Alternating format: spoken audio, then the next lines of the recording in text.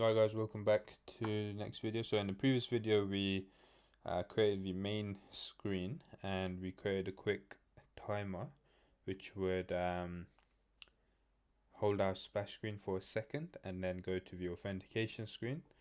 So now that we've done that, let's go ahead and try to connect these up. So how are we going to do that? Very simple. Technically speaking, we don't need set user. I've just added that to kind of go to that because we will have this kind of layout anyway. So let's go ahead and go to our login screen. Side of our login screen, we want to pull in our navigation. So once we pull the navigation, we're going to go ahead and go to our button. Now in the register, give it an on press, and the on press will be navigation dot navigate register. So the name of the screen. Same with the login button. We'll just straight up go on press arrow function navigation dot navigate to home, and inside our home, in our buttons, I'm gonna go ahead and go on press for the add item button, arrow function navigation dot navigate create, and in the create we've got a back button. So in the back button we'll just do on press equals navigation dot navigate home. Now we of course need to import, or not import, but bring in our navigation object here, just like so. We go ahead and copy that, go to our home, do the same thing. Oh, home already has it, of course it does. Login screen should have it, and our register screen we need to bring it in like so. And the back button will be on press navigation dot navigate login. That goes to login. And then here on press arrow function navigation dot navigate to home.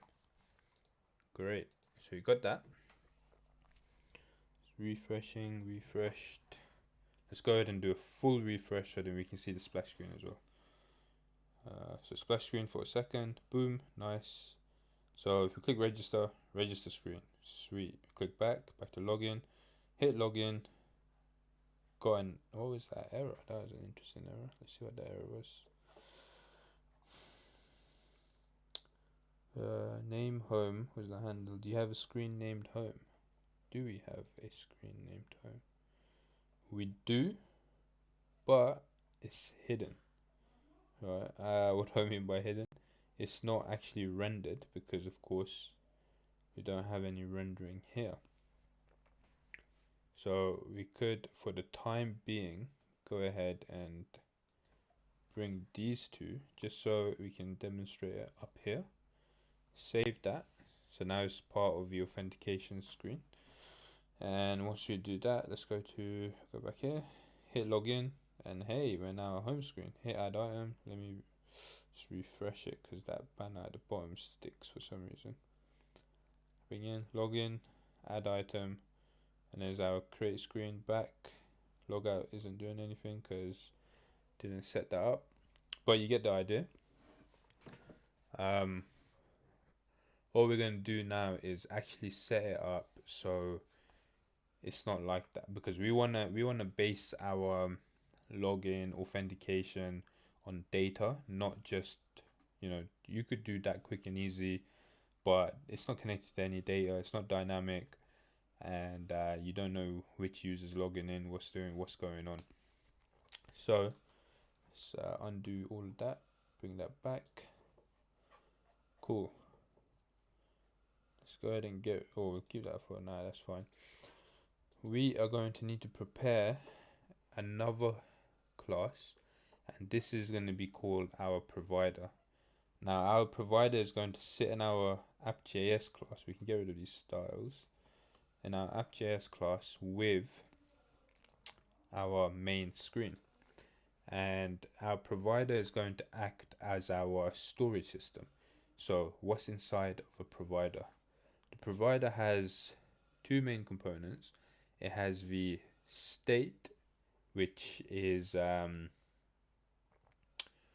essentially our storage system. So that state will be used by every other component inside of our application. That way we don't need to pass down components to each, or parameters to each component, like we do here, where we say, you know, on press equals that.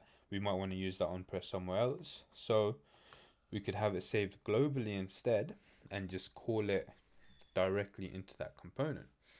And the other state, the other thing it has is dispatch. So the state is to which our items are stored, and a dispatch is what will indicate on how we save that into our state.